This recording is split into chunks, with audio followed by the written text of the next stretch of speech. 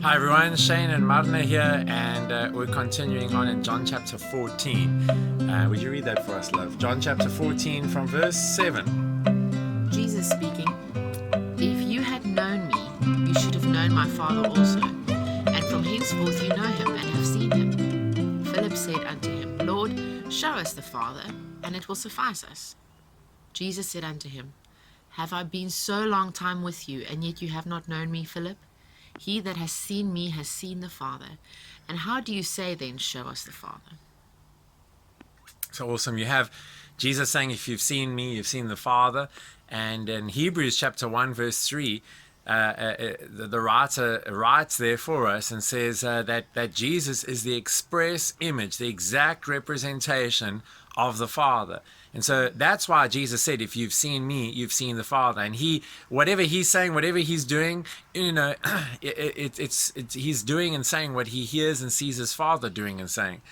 And so, what we get out of this with regards to getting through a crisis and in a crisis, preparing for the next season, is really, and growing in a crisis, is really that, if you look to Jesus and you look how Jesus was, you know how God was.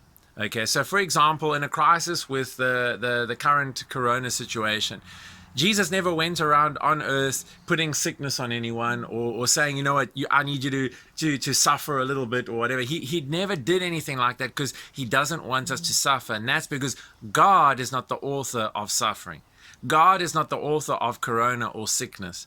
And so if you've seen me, you've seen the Father. Going through a challenging, difficult time, if you are aware and know that, hey, this is not from God, God is not the author, it enables you to get victory over the situation, overcome and get through the situation. And then you know that, hey, as you're submitted to God, as you're seeking him, as you're taking authority over the situation, whatever, you're going to come out of this and get into a season of God's goodness. And you can even experience God's goodness in the now, because that's his will and his heart for you.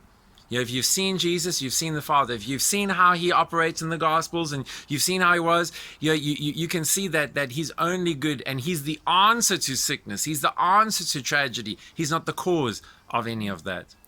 And the comforting thing for me with this is people so often have so many complex ideas about God and God being mean, God being harsh, God being critical, God being judgmental, even most Christians, where Jesus is even revered and known in the non-Christian world as being someone who exemplified love, someone who showed compassion, someone who loved even the unlovely.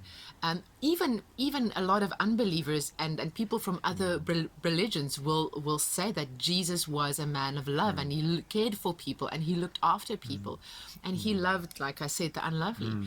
And that it just makes it so simple to know that if Jesus was someone who loved people, who cared for them, who looked after them, if he wasn't judgmental, if he showed compassion, then that is what we know God to be. We can know that God is like that. That's good. And even for me, I mean, one of the things that encouraged me recently about this is when Jesus was in a boat in the middle of the worst storm that ever seen on the Sea of Galilee, he was sleeping.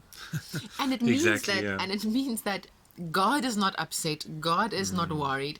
It means that if Jesus was sleeping in a boat in the middle of the storm, I can be at rest and I can be at peace. I can sleep in a boat in the middle of the storm. And if you go back and think about it, like so many times the world will be like, I don't want your Christianity. Like, I like Jesus, but I don't like Christians. Yeah. Mahatma Gandhi is famous for saying something like that, keep your Christianity, but I like Jesus. And it's because a lot of the time we're not acting like Jesus would act in situations, and that's not acting like God would act. A lot of people have a schizophrenic God. They think that Jesus and the Father are different in a sense of they act differently. And like Jesus is always trying to calm God down and say, God, don't kill them, don't strike them, don't punish them. It's not like that. Jesus and the Father are one. And if you've seen Jesus, you've seen the Father.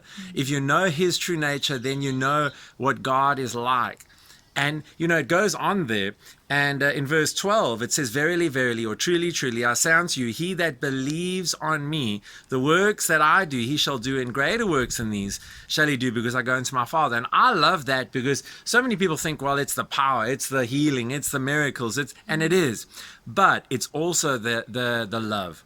We can do the same works that Jesus did and even greater works. We can love without condition. And in difficult times and difficult seasons, as we love others without condition, we love them to life. That's causing us to overcome. That's causing us to rise up and get through situations the way that Jesus would. That's being an ambassador of Christ, being a representative of Christ, is living like he would love in a way that loves on people.